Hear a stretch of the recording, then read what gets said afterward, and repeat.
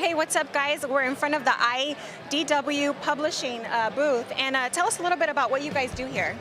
Well, my name is Chris Ryle. I'm the editor-in-chief and the chief creative officer at IDW, so I sort of oversee all of our publishing efforts.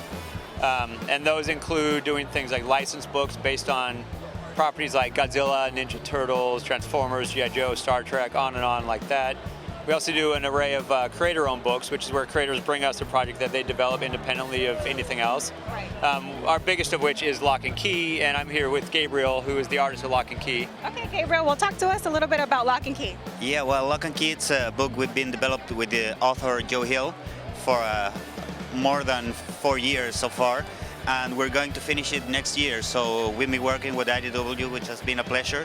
And we've had this enormous success with the book that has really surprised us. So we're very excited to be here in Comic-Con sharing with our readers for a moment, because I'm from Chile, South America. So this is my only chance of the year to come here and say thank you, readers, for supporting our books and for supporting the amazing work that IDW has been doing. Absolutely. And, you said you're from Chile, and it's so international, coming here. So how is it for you to represent Chile in this big industry? No, for me it's great.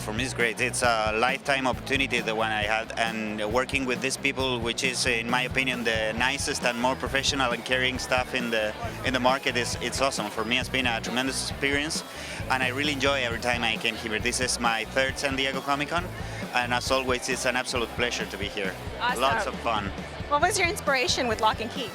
Locke and Key, we've been creating the story that's about a family that suffered a terrible tragedy, and then they have to move to a haunted house that has these magic keys hidden all around with its strange powers. And also there's this evil entity, Dodge, that's pursuing this family, looking for the most powerful keys of them all. So with Joe, what we've been trying to do is to pay homage to a lot of horror stuff that we love from our childhood readings, but also creating it with a new, refreshing view and taking a lot of care of the characters we're creating. For us, the most important thing for a fantasy or horror story to work is to make reliable characters that the reader can understand and feel fond of. So that's what we've been doing, and so far it's been a tremendous pleasure.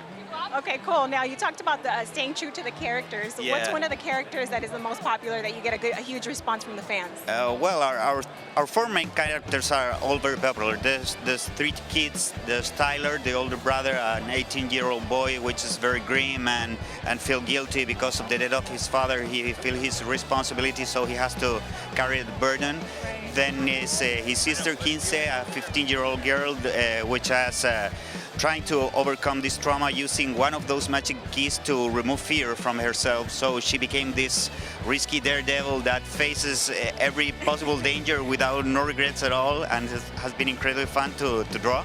And the other is little Bodhi, the youngest brother, a 7-year-old kid that's absolutely delightful. People loved it. And we're keeping a very special place for him in the end of the story. So it's the three kids and our villain, Dodge, which is one of the meanest and also the most charming villains we've ever seen in comics. So it's a tremendous pleasure to work with that character, and readers have been responding very well to him. Any exclusive, anything exclusive you want to share with the fans right now? The only exclusive is that the final 7 issues of Locke and Key that will begin by the end of this year and early next one are going to be really tough and scary. Characters are going to suffer a lot, so be there to hang for them and to support them, because it's going to be a terrible ending, and you have to be ready for anything to happen. There's no one safe in the Locke and Key universe. Very good. That's a very good exclusive. Thank you so much. No, thanks to you. And maybe someday it'll become a movie. You never know. Everything is being turned into a film. There has been lots of interest in Locke and Key. It was this TV project that failed last year, but maybe, who knows? The door's still open, and there's lots of interest, and there's still lots of support for the book. So we're very happy and excited, because it's become something that has grown beyond our wildest expectations. So we're very happy with it. Well, thank you so much. Thanks to you. And switching over to Chris, how great is it to be one of the top publishing companies out there? Wherever we fit, whatever month, whether we're 3, 4, or 5, I'm just happy that people like our stuff, that they support our stuff, and it's great to be able to be here and see that support and hear from them directly and find out what they like, what they don't like, let them meet creators. It's also great for me to be able to see creators like Gabriel, who I can't see all that often because of the geographical differences. So all of those things just make Comic-Con a really special thing for me. Right, and we talked about the publishing and how to acquire, kind of like the Ninja Turtles that you guys had, that register. How long does it take for you guys to own something like that? It varies on the property. Years ago, one of the very first projects we ever did that was a licensed book was CSI, which is where we first met Gabriel, where he first started working for us, which is probably about 10 years ago. And then we signed Transformers in about 2005, and that one took a little while because at that point we were a small publisher, only did a number of titles. So you sort of go through this proving ground of showing why we could take on this massive worldwide brand, even being a small publisher rather than going to one of the top publishers. Right.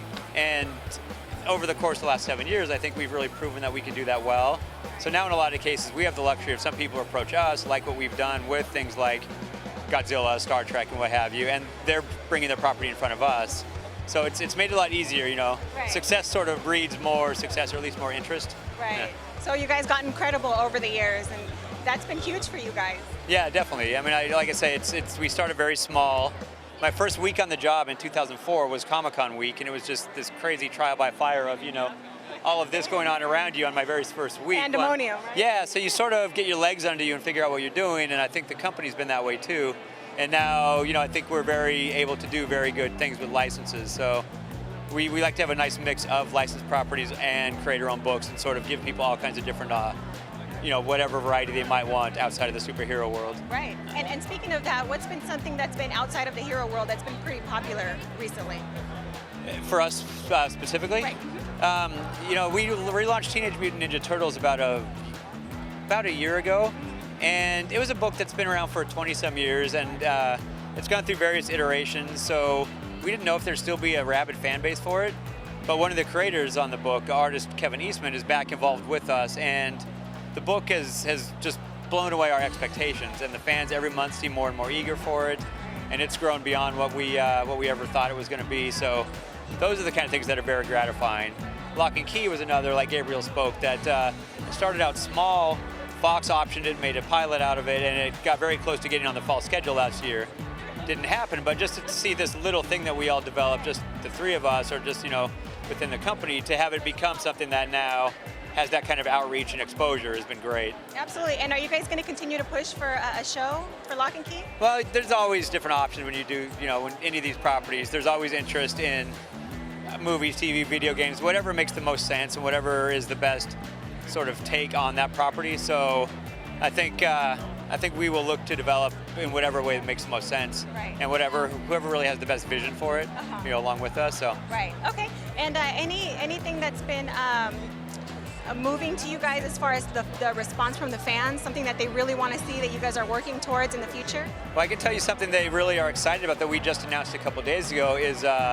And it was crazy, we announced we're doing My Little Pony comics. Yeah, I just saw that poster board.